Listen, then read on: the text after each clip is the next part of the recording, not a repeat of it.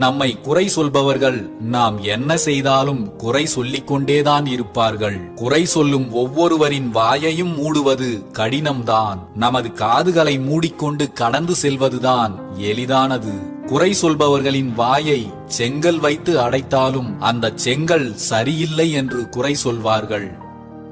ஒருவர் உங்களை எப்போதுமே குறை சொல்லிக் கொண்டே இருந்தால் நீங்கள் எதுவும் செய்யாமல் அமைதியாகவே இருந்து விடுங்கள். ஏனென்றால் பல லட்ச ரூபாய் நோட்டுகள் கூட அமைதியாகத்தான் இருக்கும். சில சில்லறைகளின் சத்தம்தான் கொஞ்சம் அதிகமாக இருக்கும். குற்றம் காண்பதும் குறை சொல்வதும் பழக்கம் அல்ல, அது ஒரு மனநோய். இந்த மனநோயாளிகள் நம்மை சுற்றி நிறையவே இருக்கிறார்கள். அவர்கள் நோயாளிகள் என்று நமக்கு தெரிந்துவிட்டால் அவர்களிடம் நாம் கனிவாக நடந்து கொள்ள வேண்டுமே தவிர வேறொன்றும் செய்வதற்கில்லை. ஒருவர் மீது கொண்டுள்ள விருப்பங்கள்